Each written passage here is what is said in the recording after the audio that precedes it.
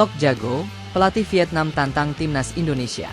Meski timnas U23 Vietnam sudah karam, pelatih Hoang Anh Tuan tak silau dengan penampilan Indonesia, malah bernafsu untuk menguji seberapa besar kemajuannya.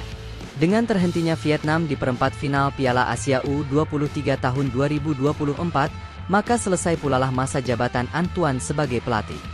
Dia ditugasi menangani timnas U23 Vietnam khusus di turnamen itu untuk menggantikan Philippe Troussier.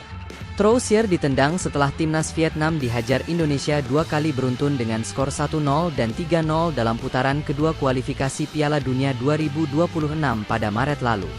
Akibatnya, Vietnam kini hampir pasti gagal melaju ke putaran ketiga kualifikasi. 2 laga sisanya di grup F menjamu Filipina dan bertandang ke Irak pada Juni nanti dianggap takkan bisa menyelamatkannya. Pesimisme sudah merebak kuat di Vietnam. Oleh karena itu, Federasi Sepak Bola Vietnam (VFF) dipercaya tak akan mencari pelatih permanen untuk mengisi kursi kosong sejak ditinggal Troussier. Hoang Anh Tuan tampaknya bakal didapuk untuk menemani timnas Vietnam di 2 laga sisa kualifikasi itu. Dia pun sangat berambisi untuk itu dengan alasan menjadi pelatih timnas senior merupakan dambaan setiap pelatih sepak bola profesional. Menurutnya, secara alami 2 laga Vietnam mendatang di kualifikasi Piala Dunia 2026 pada Juni tak lagi memiliki arti penting dalam memperebutkan prestasi. Meski secara teori Vietnam masih memiliki peluang, lanjutnya, namun kenyataannya peluang tersebut sangat kecil. Oleh karena itu, dia merayu VFF memberi kesempatan bagi para pelatih lokal untuk mencoba kemampuannya dibandingkan dengan pelatih baru atau asing manapun. Anh Tuan menegaskan, keunggulan pelatih dalam negeri adalah tak membutuhkan banyak waktu untuk belajar dan mengenal para pemainnya, serta tak pula perlu banyak waktu untuk membiasakan diri dengan gaya sepak bola Vietnam. Saya siap menerima tantangan dalam 2 pertandingan timnas mendatang di bulan Juni. Tapi tentu saja itu kalau saya menerima undangan untuk mengambil alih tim.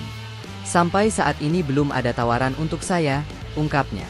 Anh Tuan menyatakan itu dalam wawancara dengan media Vietnam dan Tri setelah tiba di negerinya dari Qatar.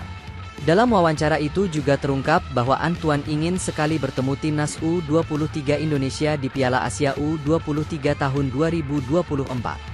Sebelum tersingkir, dia sudah membayangkan untuk bersua Indonesia dalam perebutan peringkat ketiga, yang sekaligus menjadi ajang perebutan tiket lolos otomatis ke Olimpiade Paris 2024.